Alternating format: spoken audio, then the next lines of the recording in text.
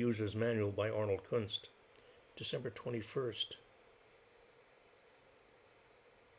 Love begins with forgiveness.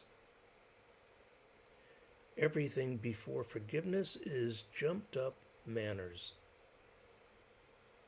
Arnold Kunst.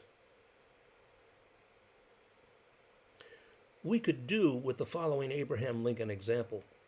Democracy is threatened in our day by our abiding addiction to rancor, an addiction every bit as corrosive in our day as the threat, civil war, posed by an attempt at dissolution by a vastly determined foe in Lincoln's day. Let us give thanks in our day, as Lincoln did in his, for this abiding idea. I want every man to have a chance, said Lincoln.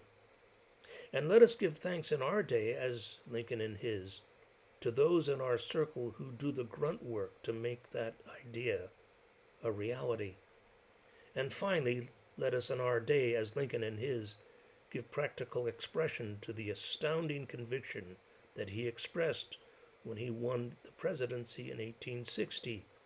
Quote, in all our rejoicing, let us neither express nor cherish any harsh feeling towards any citizen who, by his vote, has differed with us.